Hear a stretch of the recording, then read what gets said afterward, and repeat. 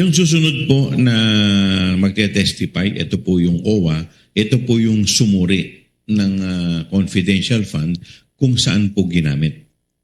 So dito po, titingnan natin kung yung paggamit po ay nasa tama ayon sa circular, sa joint circular na inilabas kung paano gagamitin dapat yung confidential fund. Po hindi na kailangan dahil the mere fact na inabot mo yung pera doon sa hindi naman dapat o otorisado na humawak ng pondo ng confidential fund, doon lang meron ng problema. Malversation na yun eh. So, dapat po natin sa isip, ito po yung pera. Hindi po lahat ng tao ay otorisado na humawak nitong pera.